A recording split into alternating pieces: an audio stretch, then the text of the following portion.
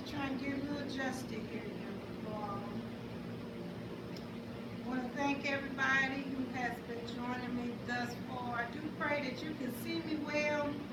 We're still working with our lighting. As you see, I got me a little lamp, and I don't know if it's benefiting or not. But the main thing, I do pray that if you can hear me, maybe that.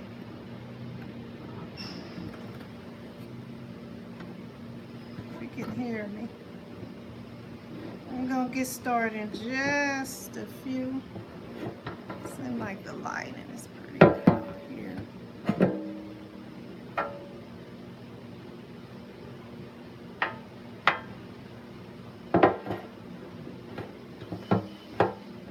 Alrighty.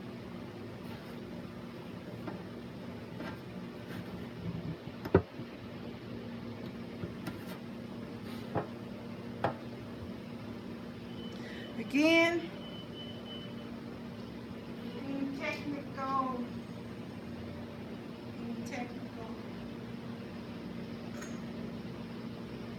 difficulties, I do apologize. All right. Before I get going, I want to ask Yahweh to please bless this Bible study. I want Yahweh to please bless every hearer and every seer and every doer, that this word may be applicable to our lives, our daily living, that we may prosper and have good health and be in success, and that we may live a life that 3 to 4 generations may be able to live accordingly. That's what Bible study and that's what sermons, that's what this is all about, so that the world may live in perfect harmony. And that's what we're striving for with everything that we do and however we go about doing it. The goal is that the world come together and live in perfect harmony. So that's what I'm praying. As I come forth, Pastor Ginger Williams, located here in Orlando, Florida, from True Storehouse Kingdom Ministries. So I want to say bless you on today to all the viewers, leaders, pastors, evangelists, missionaries, prophets, apostles, everybody who don't think about, the bookkeepers, the nurses, the usher board, the deacons, the secretary who keeps it all together. All right. And so I want to just pray for everybody that's working in the kingdom. My portion is to try to help understand and bring the first writings and the second writings back together again. They are not separate writings. All right. And so one thing that I'm on right now, is to help us to understand offerings. That's what I've been doing. So you can go view my last teachings. This is the 3rd teaching on offerings.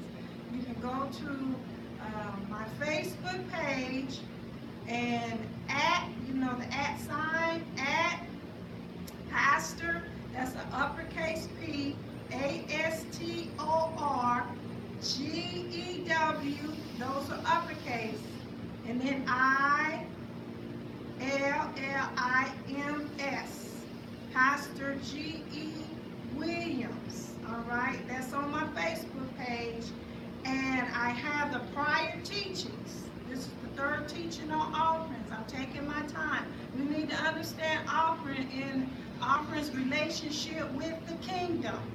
All right, there's a great big misunderstanding, misunderstanding when we talk about offerings. And so a lot of people is having a lot of problems concerning offerings. And I want to bring that clarity as far as for the purpose of kingdom's sake. All right? So you go to my page, Facebook. All right? And go in that page, my Pastor Ginger E. Williams page. all right? And I have the prior teachings. My teachings is on that page. When I come live on Fridays at 7 o'clock, I'm just on my regular news feed page. All right, for you, those use on Periscope, okay? My Periscope teachings are archived, all right? My Periscope teachings do not disappear. So if you follow me, you can go into my archive and you can view my prior teachings. So my offerings are there. If you know of anybody, all right, that's not on Facebook nor Periscope, I'm on live YouTube as well. You can type in Pastor Ginger Williams, all right, and my teachings, all my sermons and all my teachings are on YouTube. There are some older people who are not on Facebook and who are not on Periscope, but they get acclimated with YouTube, all right? So you can send them there, all right, for the teachings and my sermons, all right? Also, you can also go email me at PastorGEWministries@gmail.com if you have any questions, if you have any comments about anything, if you need some prayers mailed to you, I have some recorded prayers that I can send to you via email. Again, my email is PastorGEWministries@gmail.com. This is my portion in the kingdom right now. Now, as you see, if you can look out the windows, we are on a corner. We are on a bus line, and our ministry is located in Orlando, Florida, in what we call a transit area. All right, and so people come in and out of this ministry like the bus station. All right, we may see them one time and we may not see them anymore. All right, but we're here to service the community in this area. All right, we deal with the homeless, and you know what attached to the homeless is a lot of other things attached to homelessness. And so that's why our ministry may seem a little bit different. We are an outreach ministry, okay? And so me and my husband, Apostle Ted Q. Williams, we just open up our doors and allow anybody to come in. All beliefs, all faiths, all colors, all genders. All right? Now, let us get going. I'm starting in Leviticus 1. Listen, remember my stance. If you have not been following me, my position on offerings is a connection, a relationship, a way of worship unto Yahweh. Offerings has nothing to do with the middleman. Offerings have nothing to do with the person that's asking for the offering. In any spiritual gathering, offerings has nothing to do with the gathering that's asking for the offering. I'm teaching from a perspective that offerings, all right, it puts you in and you understand the mind. When Yahweh says that my thoughts are not your thoughts and my ways are not your ways, what is Yahweh talking about? Yahweh has given us Yahweh's thoughts and ways that everybody can follow simultaneously. All right? Not everybody doing their own thing. So I'm slow when it comes about talking about these offerings. All right? So go to Leviticus chapter 1. Now you got to go back to my prior, all right, teachings to understand what perspective. But remember, in Leviticus, the Hebrew word for Leviticus is vayikra. In Hebrew, a Hebrew word is a sentence. Vayikra means and Yahweh called. Last week I taught, just briefly brushing up. Last week I taught, and the first sentence all right, or the first scripture of Leviticus 1:1 is, and Yahweh called. And Yahweh called. All right. And it starts out, he calls Moshe. The first, how he calls Moshe and the assembly unto him, if you begin to read, we're going to read, is through offerings. All right. A way of worship. How Yahweh calls the people unto himself is by way of offering. All right. After our ancestors, the children of Israel, exit out of Egypt, they come out of bondage, they have to come to know Yahweh. They've been up under another system for 300 to 400 years. That they knew another way of life. So they had to be ye transformed by renewing the spirit of their mind. And so Yahweh gives a formula, a spiritual formula that will begin to transform the mind, the spirit. All right, mind is spirit. Your brain is physical, but your mind is spirit, which we call the heart. And that's what Yahweh says, to love me with all your heart.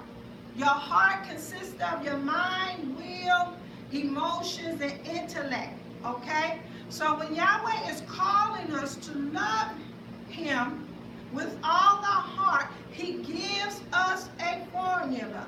And the formula is the offerings. All right? The offering is a way of worship. Now, on today, we're going to learn, you see the title, the characteristics of offering. Offerings have a character to them. They have a disposition to them. They have a feeling to them. And once you understand the offerings that Yahweh gives us to carry out, and how to carry out, and when to carry out, then it will take the mystery out of Malachi, when in Malachi said, I will open up the windows of heaven. So when does Yahweh open up the windows of heaven? All right? Just sporadically, any old time? No. The Bible, the holy pages, scriptures, give us the formula of when Yahweh opens up the windows of heaven. Now, the mindset that Yahweh opens up the windows of heaven is through the understanding of seed time and harvest. Listen, you can't plant a seed anytime and expect a harvest anytime. Listen, I know I'm repeating myself, but we got to understand from this perspective. Because, listen, what we get, where people may say, well, I don't follow no formula, and I still get things taken care of. What you get throughout the year is residual. We get residual, we get what we call residue, all right? And we get what we get is what we call perpetual law living. There are some things in the land that are just perpetual. Everybody's entitled to eat, all right? Then the Bible, Yahweh has what we call an investment financial law. And the investment of so we got perpetual, we got residual or residue living, and then we got what we call the investment, all right? The investment is what I want us, because we all talk about the Deuteronomy 28 blessing. Blessed going in, blessed going out. The storehouses filled. You're going to have plenty. People shall look at you and call you blessed, blah, blah. When does all this take place? You have a prophet who comes in town and say, hey, listen, plant a seed of $100. This is going to happen. All right? Now, that is being done, all right? When a prophet prophesies, and I don't want to go because I'm going to do a whole series concerning prophets in a positive way, not in a negative way. But when the prophet asks for something and then something is done in retrospect of the prophet asking, there's a manifestation, all right? That's because that prophet has the anointing and the ability and the authority to bring things forth, all right? But I ain't gonna get off into that, but I have to touch bases because there's a lot of people getting ready to come up with all these scenarios why I don't ever go hungry. Well, listen, in the Torah, it says, all right, every 7 years you are to let the land rest. When you let the land rest, all right, it said that the poor can eat, can glean off the corners of the field, all right? So everybody's entitled to eat, all right? But in order for them to eat, guess what had to take place? Seed planting and a harvest. You don't plant the seed the same day and get the harvest the same day. What I'm trying to do is get us in the rhythm of Yahweh and take us out of the sporadic and take us from being all over the place. I want to put us in a path that there is a continuous flow in our lives. This flow should be for everybody.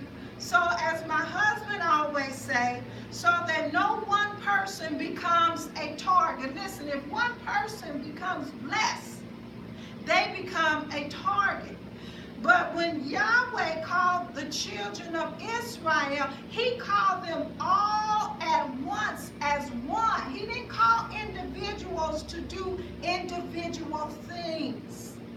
All right? He called us all right, that we may get in a rhythm and have this harmony and be on this path where we can walk all simultaneously together, all right, parallel to one another. So we will not look at somebody as we do today, like, you know, I know he gets tired of everybody using him, TD Jakes.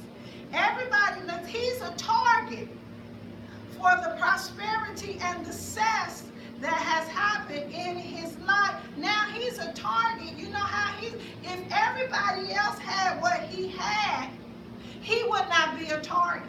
You see what I'm saying? But since everybody else don't have what he has, in the manner in which he has obtained what he has through a spiritual manner. And so everybody has an issue with that. And so people say, oh, the pastor is prospering off the people. Listen, I don't care how much we talk about leaders who prosper in ministry. The more you talk does not mean the less that's going to happen. All right? The more you talk about it, the more you degrade it, the more you come up against it, is not going to make that system not work. Listen, anytime anybody talks about anything, it's because they're trying to give clarity and they don't want it to work no more. I guess that's the reason.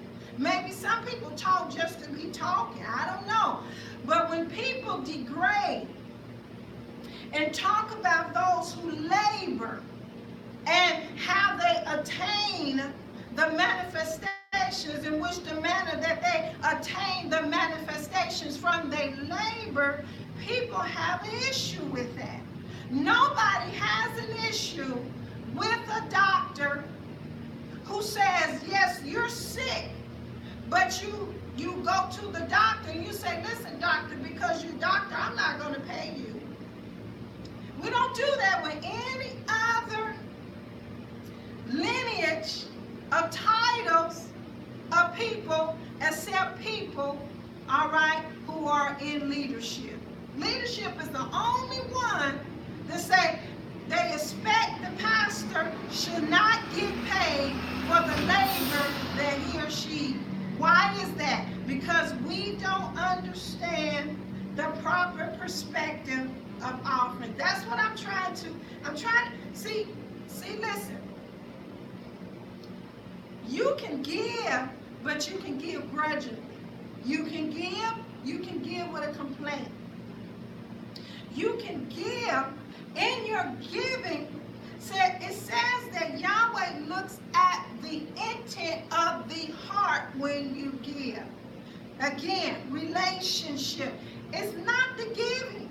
It's the relationship. It's him using offering to build a relationship. And in that building is what we call worship. We learned last week what worship is. Worship is work. All right? Worship is putting forth. Worship is action. All right? So I have to take the time to do this. All right? So then we get to Leviticus. Leviticus, Vayirah, and Yahweh called. How did he call? All right? Moshe first, and then the children unto him. When we read, the first thing we see in chapter 1 of Leviticus, Vayirah, is Yahweh explaining about offerings. Yahweh didn't go into nothing else. He could have went into the building of the tabernacle. He could have went into prayer. He could have went into fasting. He could have went to all the, but the by way of Yahweh calling us unto him is by way of offerings. Listen to this. Let's see. Let's go to Leviticus chapter 1. Well, let me do this. So Yahweh sets up a system. All right? We're going to learn about offerings. There are 5 main offerings. There are other offerings, all right? But there are 5 main offerings. We're going to start out learning about one. All right, and I'm only going to be before you on Tuesdays at noon for an hour. So after an hour pass, I'm going to cut off. Wherever I cut off, I'm going to pick up. All right? There are 5 offerings. These offerings work simultaneously with the feast days. The feast days, what we call rest, times of rest unto Yahweh. All right? They're times of Shabbats unto Yahweh. We have every 7th day, there's a Shabbat. There's a rest unto Yah. All right? The high holy days, what we got coming up, we got atonement, we got the Feast of Trumpets, the blowing of the trumpets, and then we got atonement. In these times, when the high holy days, there are specific offerings that are brought at specific times. The offerings that are brought at the specific times of the high holy days determine the atmosphere and the feeling and the emotion and the appointment of why Yahweh is meeting with us. The offerings determine that. Let me repeat that again.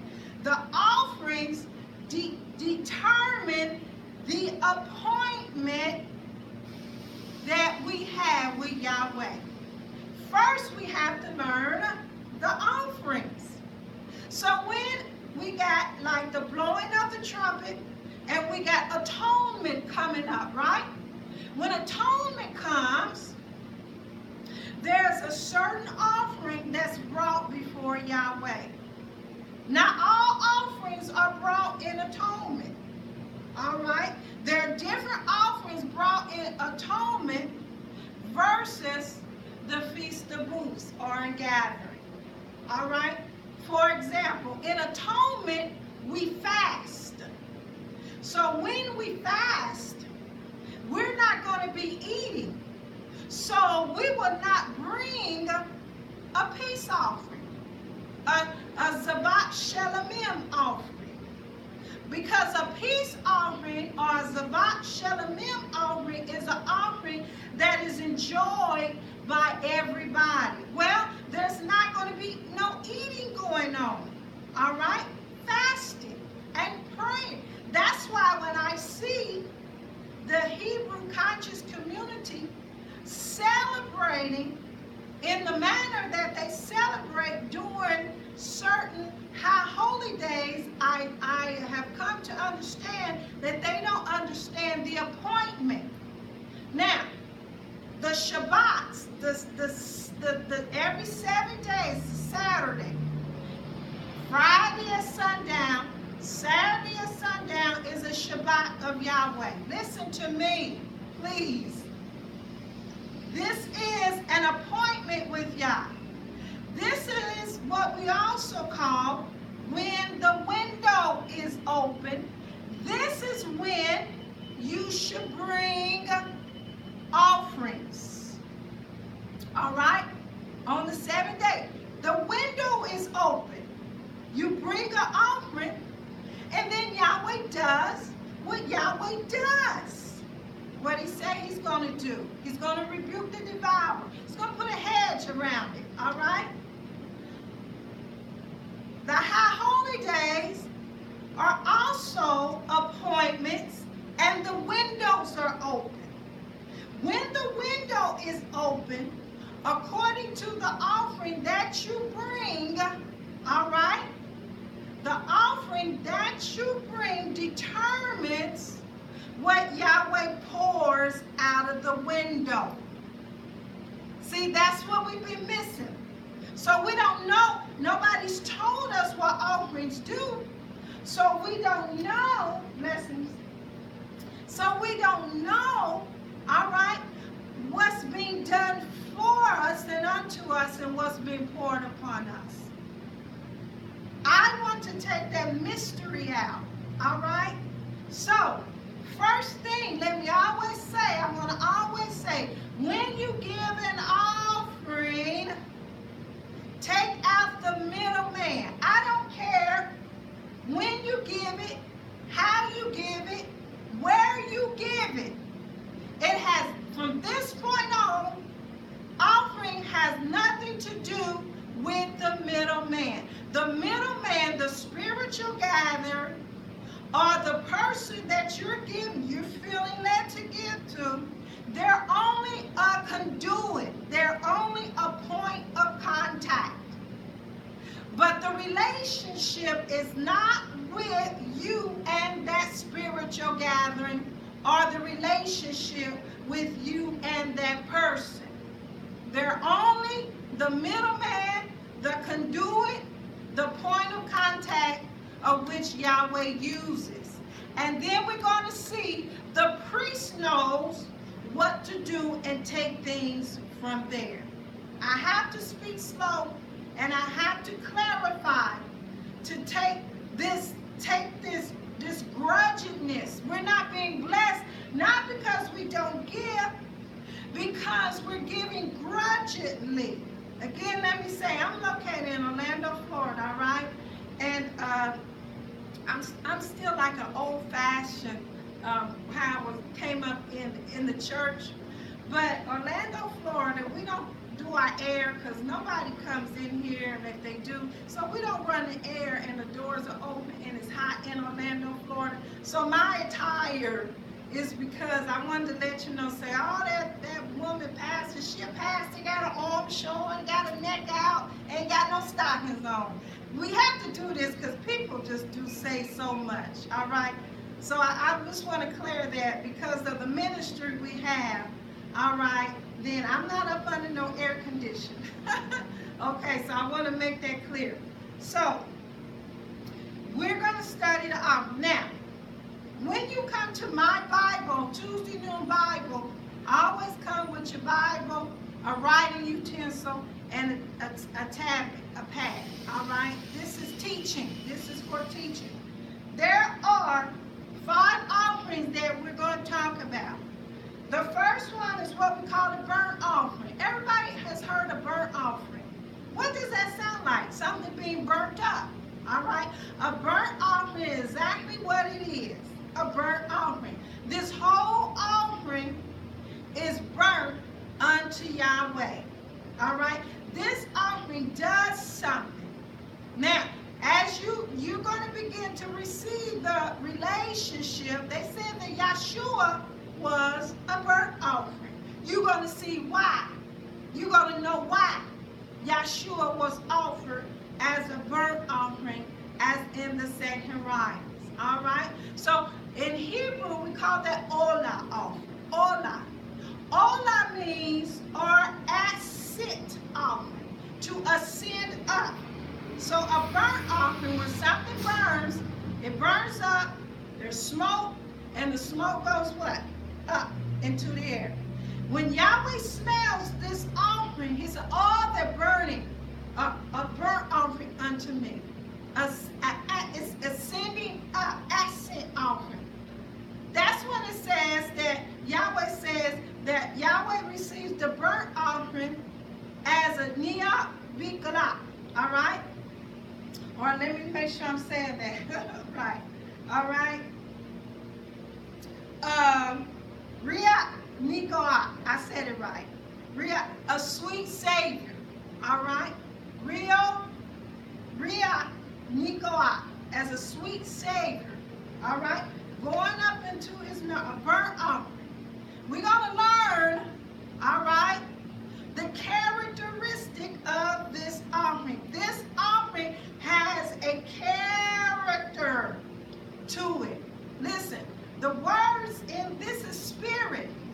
This is life. So the way the offering is presented is spirit and life.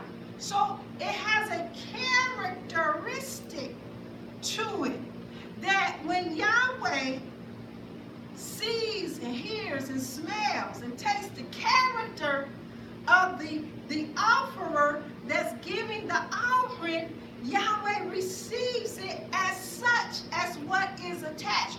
What we're going to do is learn the offerings, what's attached to the offerings, and then when you give, you know, all right, what's going on between you and Yahweh.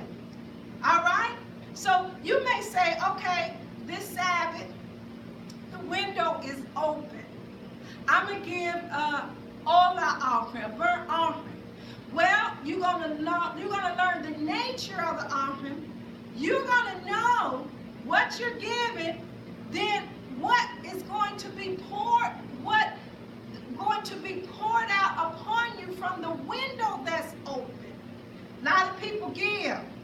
They give out of obedience, but nothing is attached with the giving.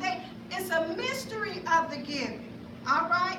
Or people only know to give to receive monetary or financial stuff, abundance. It's okay. That's okay. And that's all we have been receiving. All right? So people have been giving their tithes, and I always say, well, I get blessed. When I feel led to sow a seed into, all right, an individual, I get blessed. But guess what? You get only natural blessings. You're not getting anything spiritual. Do you see? Yahweh's spirit, and they that worship Yahweh must worship Yahweh in spirit and in truth. So when you give according to the offering, there is something spiritual taking place in the spirit of the mind. And this is how we be transformed, by renewing the spirit of our mind. And guess what? We all are being transformed collectively and not individually.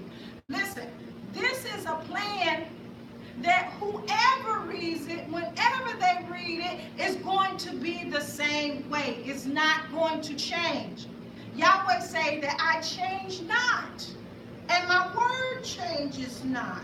All right? So what's not changing?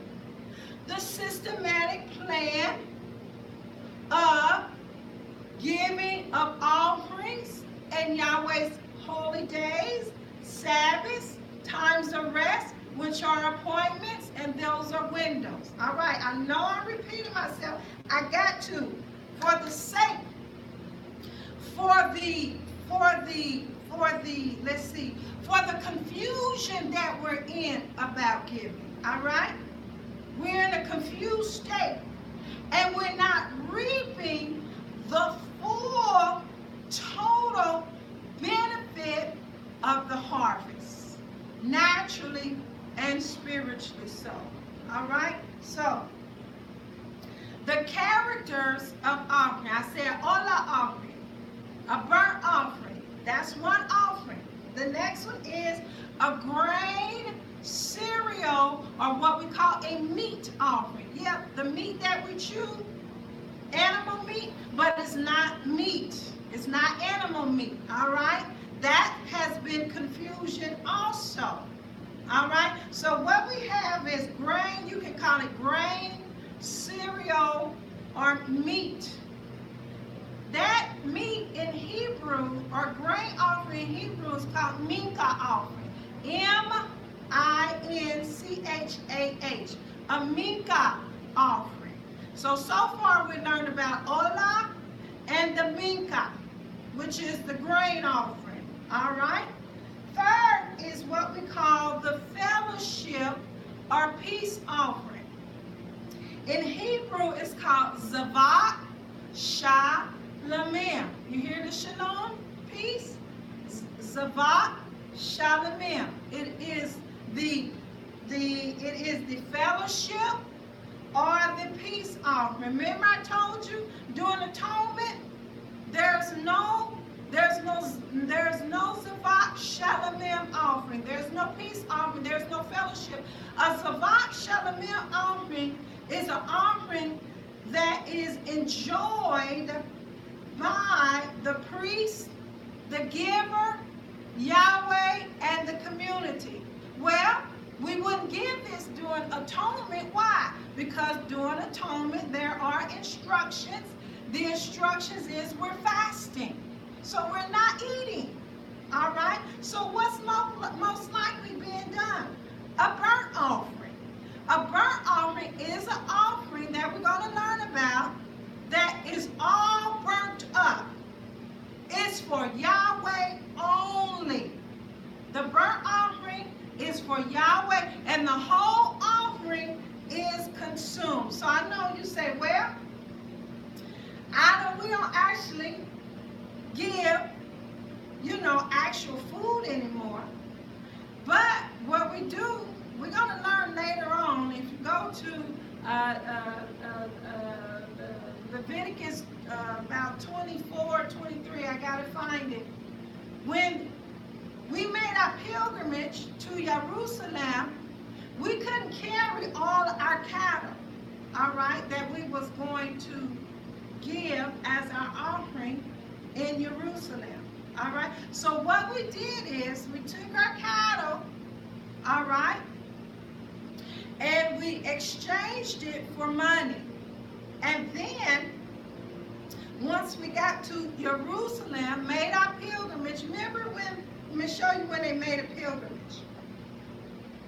Remember when Yeshua, all right, was in the temple, and Miriam and Joseph had left him, and they didn't know that he wasn't with them, all right?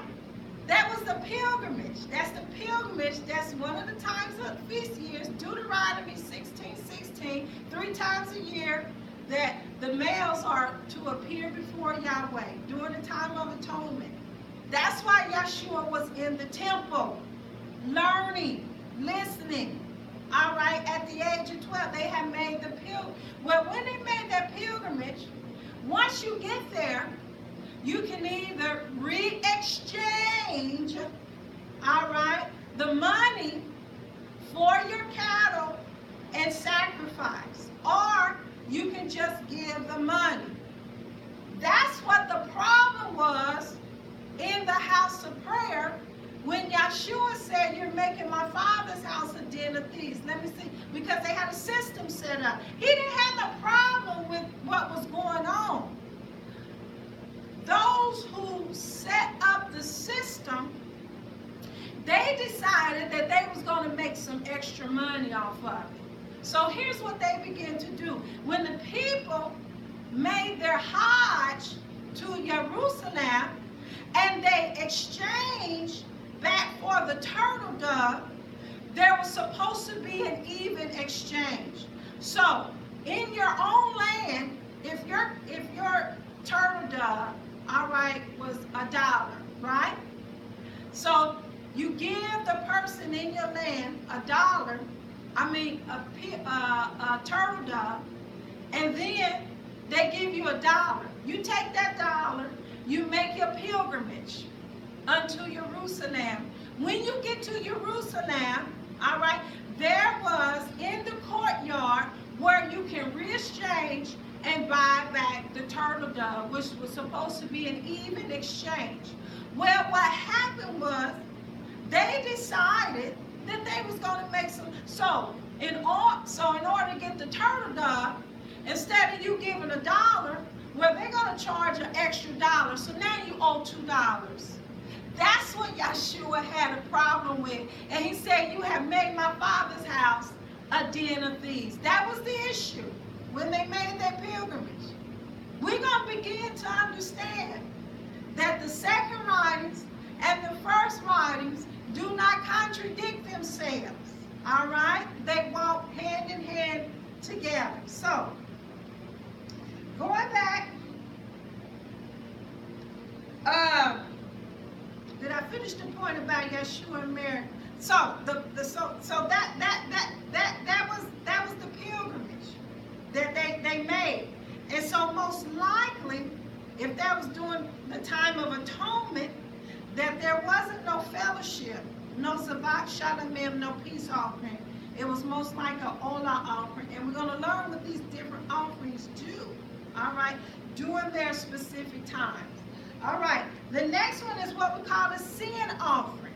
A sin offering is kata'at.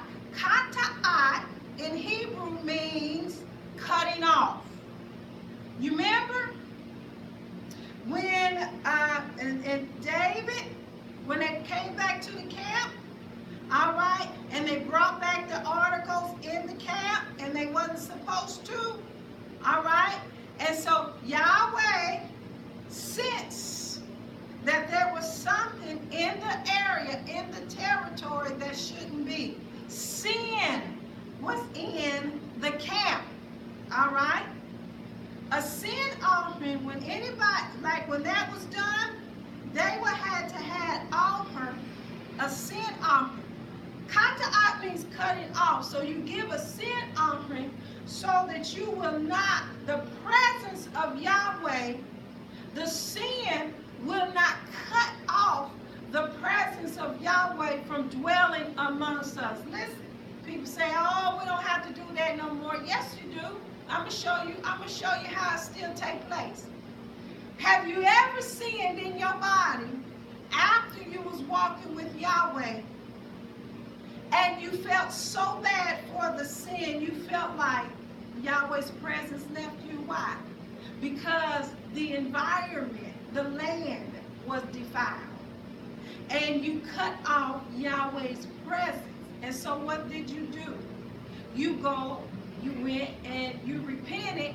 And I'm telling you, without people even knowing it, the majority of the time, people bring an offering. They brought an offering. Think back. Think back when we was going through learning how to be delivered from some things, and we may have slipped and went back in some things, and so we felt so bad. It still takes place. A lot of people say, I'm trying to take Yeshua. A lot of people think Yeshua did it all. No. What Yeshua did as being a burnt offering, we're going to learn, is that a burnt offering only keeps the passageway open so that we may stand before Yahweh. That's one of the things that the burnt offering does. The burnt offering doesn't do everything like we do. That's why we are still held accountable for our sins. Yeshua did not cover everything that we may live any type of way.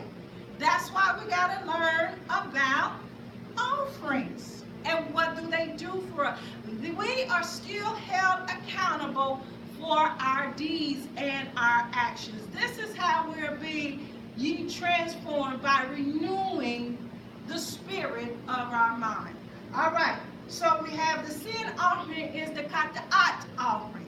The last offering is what we call a guilt or a trespass offering. This is called the asham offering. The guilt or the trespass offering. It is what we call the asham offering. Let me tell you, we still do it whether we think a guilt offering. How many times does a husband or a boyfriend, when they think that the husband or the boyfriend, all right, when the husband or the boyfriend think that his old lady is mad at him, what do? He bring an offering, a guilt or a trespass offering. This is the same offering I'm trying to tell you. Yeshua said, listen, if you got an ought against your brother, leave your offering before the altar and go and make go make that guilt or that trespass offering, or that go make it right. Then bring your offering back. All right? So Yeshua was still in compliance, all right, with the Torah. Yeshua didn't come to destroy the law. He came to continue to walk in the law and to show us how to still walk accordingly. All right? So again, learning about offerings is your relationship with Yahweh, not your relationship with man. Man is only the conduit. All right? Man is only the middleman or the conduit of who Yahweh uses. All right? So, learning about the burnt offering.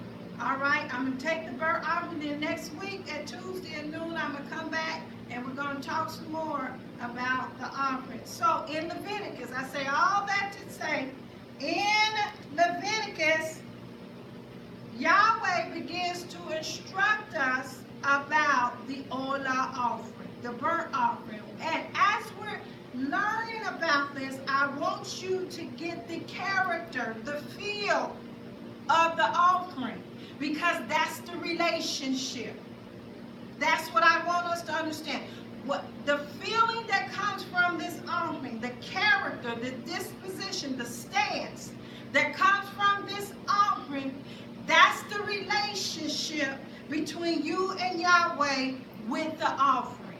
I'm trying my best to really explain it the way that, you know, to really, I want us to, taste and see that Yahweh is told. How do we taste? Yahweh has given us a way to, taste and see that Yahweh. Get in the Word. Make the Word applicable. Apply the Word to your life. That's you tasting. All right? So, Leviticus 1, Vayirka, and Yahweh called. Let's start at 1. Yahweh called unto Moses and spake unto him out of the tabernacle of the congregation, saying, speak unto the children of Israel. Blessings, how are you? You're more than welcome to come in and sit if you want to. All right. Speak unto the children of Israel, say unto them, if any man of you what? Bring an offering. You see the first thing after Exodus, what Yahweh talks about? Yahweh don't talk about their emotions. He don't talk about anything that's going on in their life. Yahweh said, listen, I'm going to have to get to the nitty-gritty with these children. I already know that they stiff-necked. I already know that they're stubborn. And I ain't going to beat around the bush, but we need to get into action. That's what Yahweh's doing. Listen, This is how you deal with me. Because I know how y'all are. I know anytime you've been up under oppression, you come out of that oppression with some stuff. All right? I'm not talking about the white man, the system, and slavery. Anytime you come out of the oppression of a relationship, when you come out of that, you come out of that oppression a certain type of way until you start working on some things. You may think you are right until you come out and you begin to realize what type of oppression you was up under, and then you begin to realize what you got to work on and how you got to work on it. That's what Yahweh said. Listen, I'm not going to fool around with them. Let me get them right to it. All right? So we can get down to business. The first thing, so what does he call the children of Israel to? He said, listen, if any man of you bring an offering unto Yahweh, Yahweh's telling you how to bring it. You shall bring your offering of the cattle, even of the herd, and of the flock. If his offering be a burnt sacrifice of the herd, let him offer a male without blemish. Listen, Yahweh's getting very specific. If any man bring an offering, let it be without blemish. Explain that. You read that people who had the ability to bring from their cattle, they had a lot of cattle. A cattle, 10,000 cattle. Solomon, 20,000 cattle. So you know how hard it is to look through cattle and to make sure the cattle ain't got no blemish. You got to look behind the ear. You got to look in between the toes. You got to look up the nose. And so this burnt offering, there were very few burnt offerings that were brought. This is the same offering. Well, let me retract that. This is the same offering that Job offered on behalf of his children. Remember, you go to Job, he said, listen, let me give a burnt offering, because it could have been that my children have sinned in their heart. All right? Now, a burnt offering and a kata'at offering, they're not the same offering, but they work simultaneously. The kata'at offering, all right, the kata'at offering can be a burnt offering, but a burnt offering is not necessarily a kata'at offering. Let me say it like that, all right? It's two different offerings. A kata'at, a sin offering, can be a burnt offering, olah offering. But an olah offering, not within itself, is a kata'at offering, a sin offering. All right? So, he says 3. Sacrifice of the herd, let him offer a male. There's a reason. There are some offerings that you can offer a female, ox, all right, sheep, all right. There's some offerings. Yahweh specific. He shall offer it of his own voluntary will at the door of the tabernacle of the congregation before Yahweh. Listen, there's a reason why he brings a burnt offering of his own free will, because of the meaning in which the burnt offering is given. Listen, the burnt offering. The olah asset of burnt offering, all right? Whether cattle, sheep, goat, or in the case of the pork, remember I said turtle dove, all right? In the case of it, the pork, a turtle dove, or pigeon. Ascends mean what? Go up. Ascend. So Yahweh is calling the children of Israel to ascend and come up into Yahweh's presence by way of what? Offering. What offering? Olah offering. Burnt offering. All right?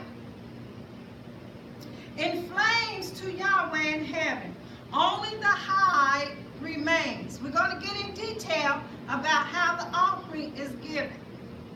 The whole animal ascends in smoke as Riat Nikoah, a sweet smelling savior, pleasing to Yahweh. Listen, offering has nothing to do, all right, with the middleman. This is between you and Yahweh. What I'm doing is making us being held accountable for our deeds and our actions and our way of worship unto the Father, to stop us worshiping Yahweh any type of way and feel like that Yahweh has to accept our way of worship. Yahweh has a way of worship, all right? It said, the Olah, listen to these points. The Olah ascends, preparing the way to stand before Yahweh. All right? So the smoke goes up, and what Yahweh's saying, that the smoke is creating a path. And it opens up a path that we may be able, without an offering, we cannot stand before Yahweh. That's where we see Yeshua. Yeshua did not pay the price for our sins like we think he did. What Yeshua did, all right, for those who are Messianic, Mashiach, Christos believers, what Yeshua did was created a pathway that remains open, that we may be able to stand before a holy Yahweh. Because Yahweh says that no flesh can glory in my sight. Yahweh cannot have can't have any contact with the flesh. So Yahweh creates what we call an Olah offering. And so what Yeshua did was bridge the gap between humanity and divinity. That's what Yeshua did. All right? But we need to understand in the perspective and the manner in which Yeshua did it.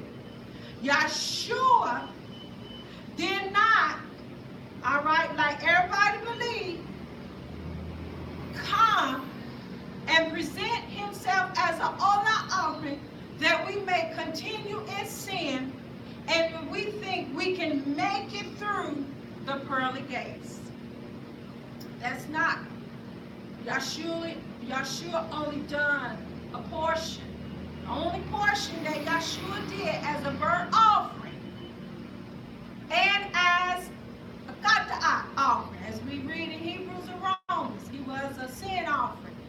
A sin offering stops the cutting off between humanity and divinity.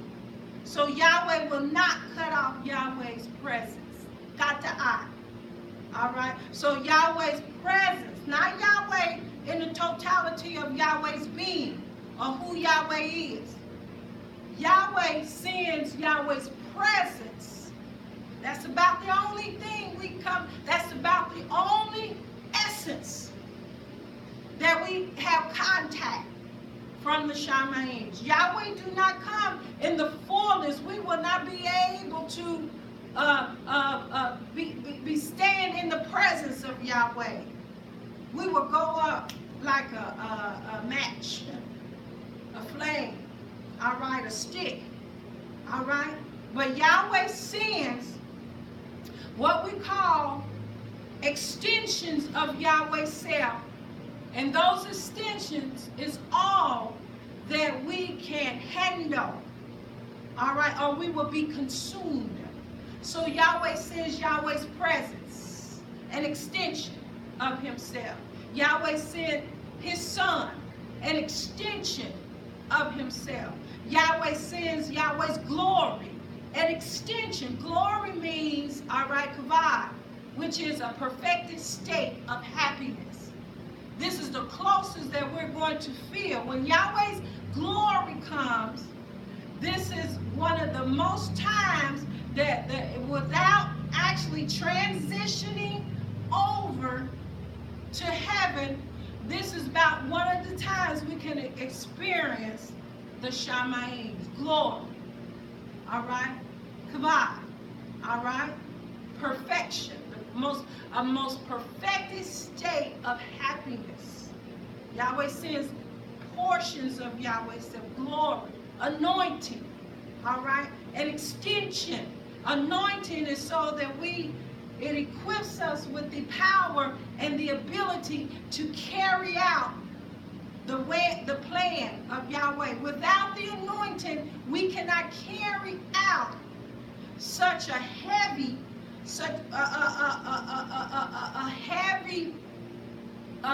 work of Yahweh.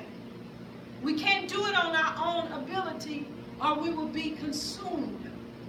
All right? In Yahweh's life. So we get Yahweh places Yahweh's anointing on us. All right, that we may carry out, that we may have the ability and the power to carry out. All right, Yeshua said that Yahshua said, I give you power to become the sons. If you look up sons, ban. All right, if you look it up in Hebrew, you'll see daughters up under ban as well. All right, sons and daughters, or bane. Some people say bane, ban. Ben, all right, son, but Ben also means daughter. It also means one who is able to carry the family name too. All right, I know I'm going in some areas, but I'm gonna come back. All right, so Yahweh, in order to get us going into the full plan of Yahweh gives us these offerings. All right, so the Olah prepares the way to stand before Yahweh, that we may be able to present ourselves a living sacrifice, holy and acceptable. How do we get holy? And how us being a living sacrifice, how we're going to become acceptable all at once, not individually, the same way. 2, the Olah does this too. Presenting an Olah assumes the offerer is already in living covenant relationship with Yahweh. Listen, you don't automatically start presenting these burnt offerings.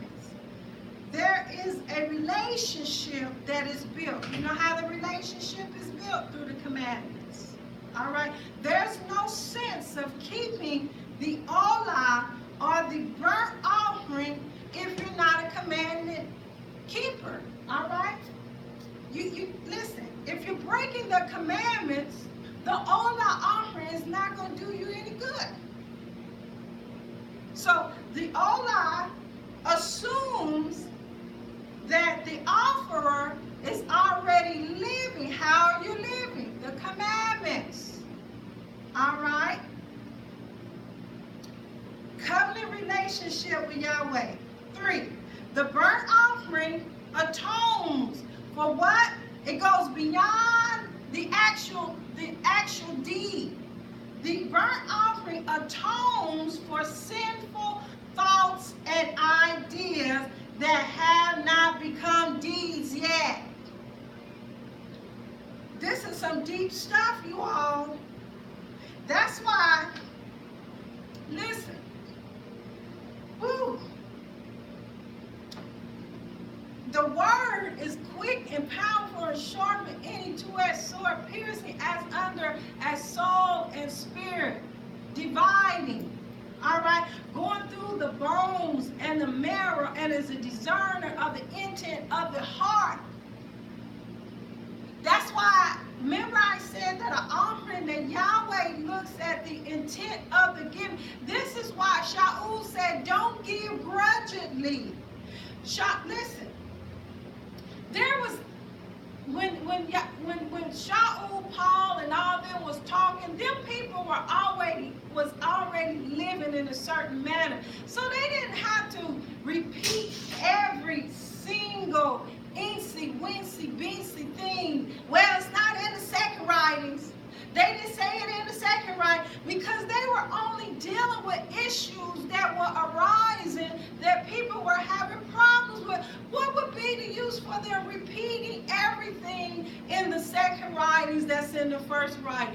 They were talking to Eastern people who had an assumption of the culture. Listen, even those who did not worship Yahweh, they knew about Yahweh. They told the prophets all the time, listen, we know about who it is that you serve. And they will often say, listen, don't mess with them because they serve Yahweh. Remember when Jonah was on that boat? Say, you have made your your source, your power mad. Get off the boat. All right? Even though they served other deities, did not mean that they did not have a feel of the culture, or they did not have a feel of other people and what they serve. All right? So, I pray this is helping.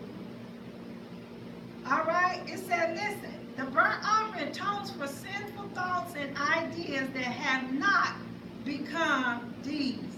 Everyone who ascends to Jerusalem. Jerusalem means a place of peace, city of peace. Eventually, you should discover this place of peace within you. All right? The city of peace. To ascend, come up to Jerusalem within yourself. There's a whole lot of teaching. I'm giving little bitty nuggets so that it makes sense. Everyone who ascends to Jerusalem for a pilgrimage festival, or who wishes to raise his spiritual level, brings an offering to Yahweh at the altar. You know how everybody always pray, oh, I want to go higher. Oh, I want to go deeper. Well, this is how you do it. First, you got to be an observer of the high holy days. You got to make a pilgrimage to come up to Jerusalem.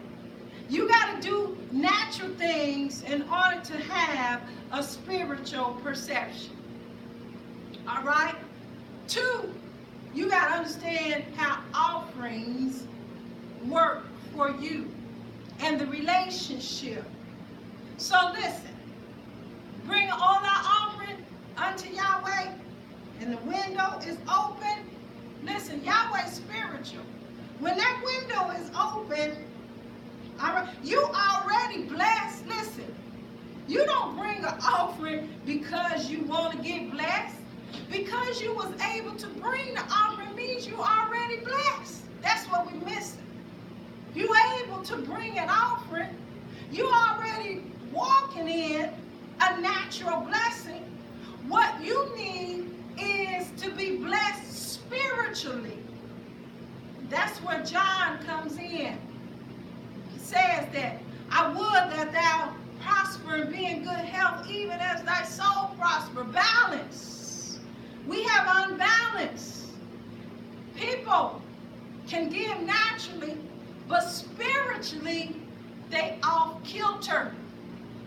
We don't know why.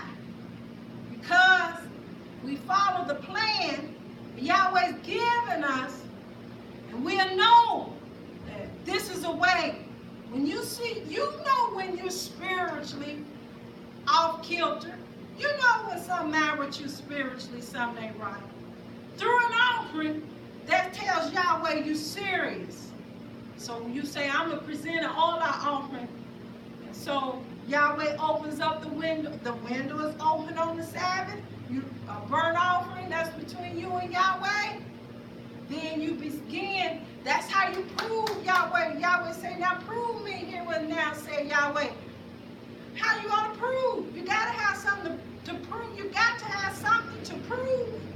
All right? The system in school, in science, you got to have something to prove whether something is foolproof or not. And everybody has to have the same thing to prove, not different methods of proving. So you prove Yahweh. It says that all our offering, when you know you're spiritually unbalanced, you bring an all our offering, all right? That relationship between you and Yahweh, the proving is that Yahweh promises to balance out your spirituality. And you know this because you know this by the offering that you gave. Your mind is saying, I'm taking the all our offering because I need to get spiritually balanced. All right? Pray this is making sense. The purpose of the all our 5 is to what? Secure an initial response. You want Yahweh to respond to your needs. To secure an initial response from Yahweh that his worshipers desire to bring their needs to his attention. All right? This will take out saying, oh, I wonder if my prayer is getting heard. Oh, I wonder if he's hearing what I'm asking, my prayer, my petition, my plea. You got to prove Yahweh with something. Well, Yahweh, I brought you an offering. And so I know you hear me because this is your system. This is how you told me I can test you, I can prove you. To see, I need to get your attention. All right? And so if something fails, guess what? It's not going to fail because of the pastor or the leader or the spiritual gathering which you gave. It's going to fail between, that's the relationship. Listen, you can't go to the pastor no more and say, well, I gave all my money, didn't nothing happen. Because now your mindset, I'm giving in accordance with the word. And Yahweh's word will not return unto Yahweh void.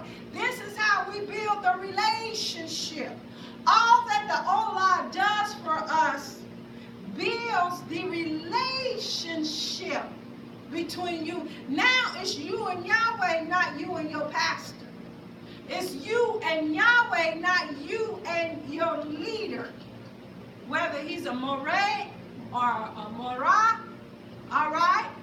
Or whether a pastor or the prophet who's asking, all right? It's done out.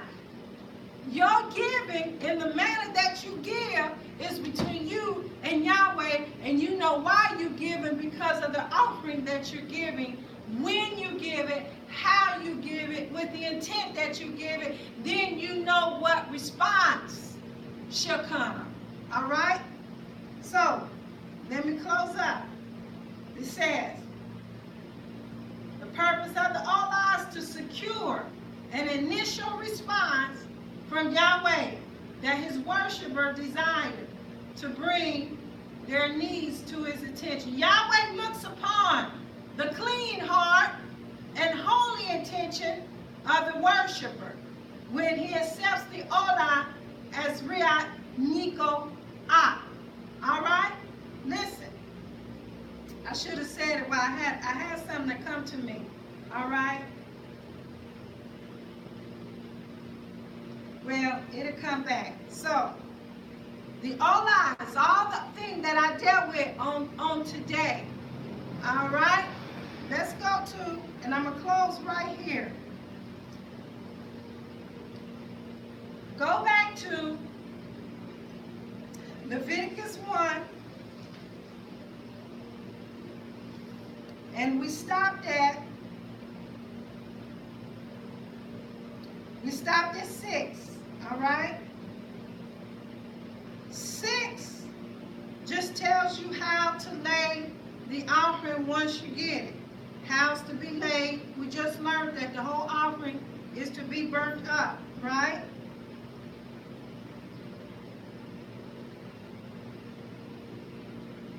And so here's what I want to do. Let's go to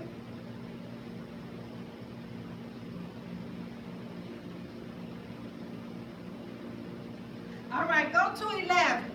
1:11. I'm skipping because I explained a lot of it. And he shall kill it on the side of the altar northward before Yahweh. All right, that's the offerer, the one who's giving. All right, he has a part in the offering. He got to kill his own offering. Listen, when he brings his offering, brings his burnt offering, first he got to make sure it's not blemished. All right, that means he got to go through all his offering. Listen, most people who have sheep or have cattle or animals, they attend to their animals every single day. All right? So listen, this is making them have a lifestyle. They don't have a lifestyle of foolishness. See, you can't attend to what you labor in that brings in substance in your household, and then that substance, all right, you just want to give anything unto Yahweh. You begin to think about, and your life becomes obedience. All right? So these offerings do so much more. Listen, that's why, I don't know if they knew, the old mothers back in the day, I don't know if you've seen that movie, I forgot the movie, was it Poetic Justice? No, not Poetic Justice. Oh, not Love Jones. Chasing Lyrics, I think it was. And remember the son, all right, he was going out, he was robbing, killing, shooting, stealing, but he wanted his mother's attention, and so he went out by means of which he got it. He went and he prepared this great dinner for his mom, but his mom didn't want the dinner by the money, how he got the money to prepare the dinner, all right, was blemished. She didn't want it. All right, a lot of people say, well, they was poor. Man, that roast and potatoes and all that. But the manner, the intent, how it came, same way.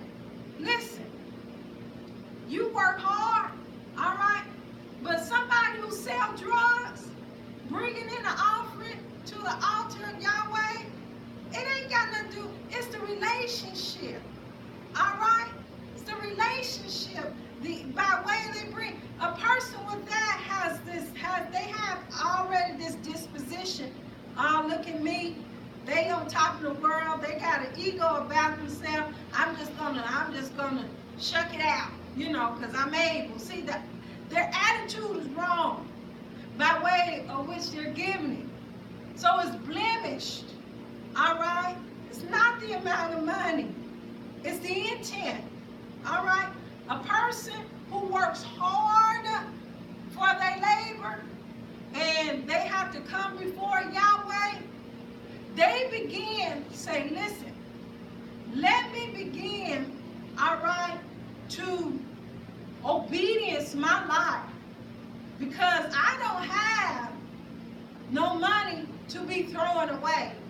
I don't have nothing to give. Let me not live foolishly. See, this begins to have the person think about how they're living. And your living, how you live, is really on what's going on in your mind. What offerings do is help bring what's going on inside of you to make it applicable to your life so that it may manifest outside of you. I did on yesterday, blessed is the man that walketh not in the blessed. Let me go Psalms 1, let me close out. Praise God. A very familiar passage, but let me tell you, When you read scriptures, so many scriptures and stuff, you just don't remember. People say, oh, you should remember. You don't remember like that. Or you just don't want to, you don't want to say it wrong.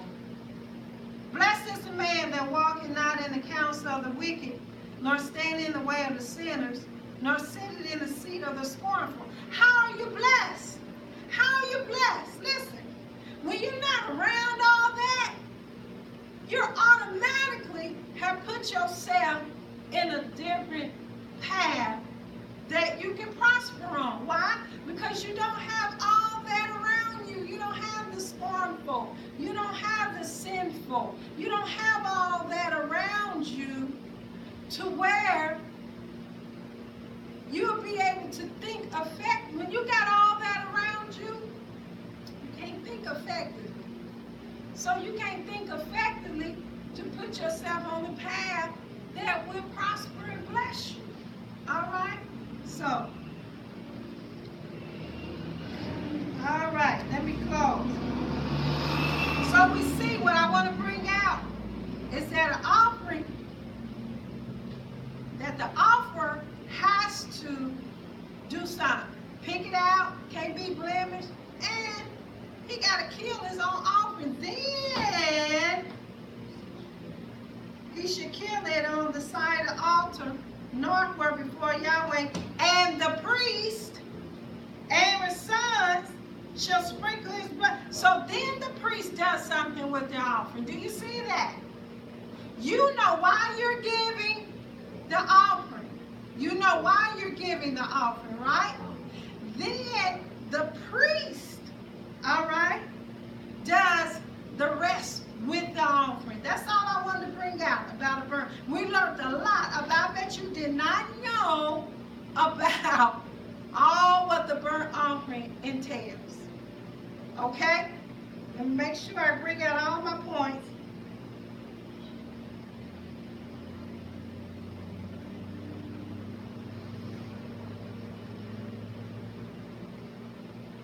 Now, another point, and I'm going to close on this note.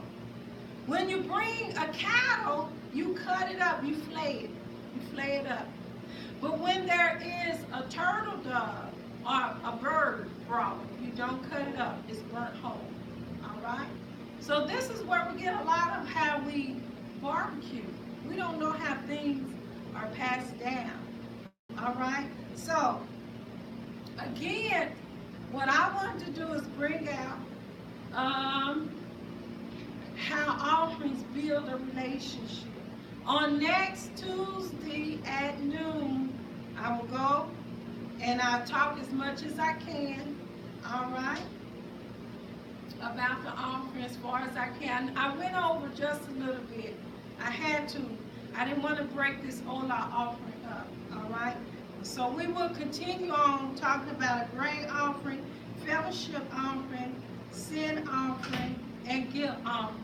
And I am speaking out of Leviticus, starting with chapter 1, learning about the offerings. I do pray that this blesses you again. Be back before you Friday at 7 o'clock on all the media stations social media sites that I mentioned in the beginning of this, YouTube, Facebook, Periscope, all right? And somebody's not on Facebook or Periscope, then I can get to them, or you can get to them through YouTube. You can send it to them, or I will email it to them at PastorG Ministries at gmail.com. You can email me, and if you want to sow a seed, I don't have, we have a website,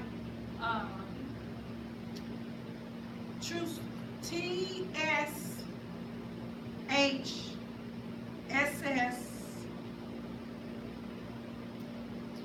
what is it? TSH? I have to start right. TSHSSMO.org.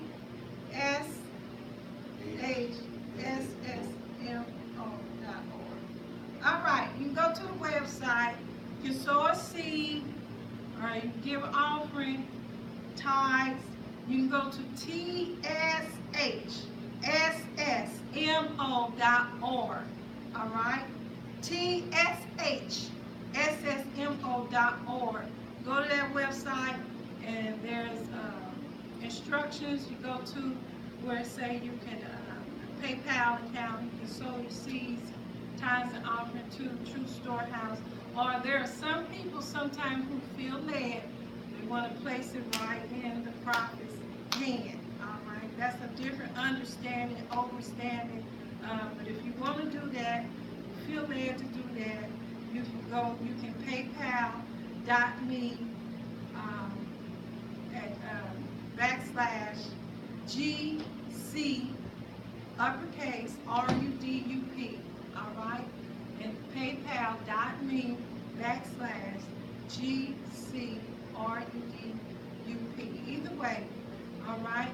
So Yahweh bless you, and I do pray that this has helped you so far in understanding, bringing your understanding into an understanding of tithes, offerings, seeds, and so on. Why we do, when we do, where we do, how we do.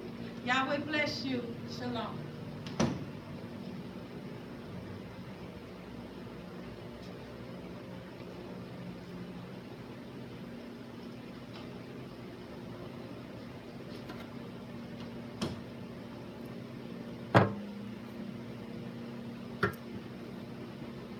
Blessings.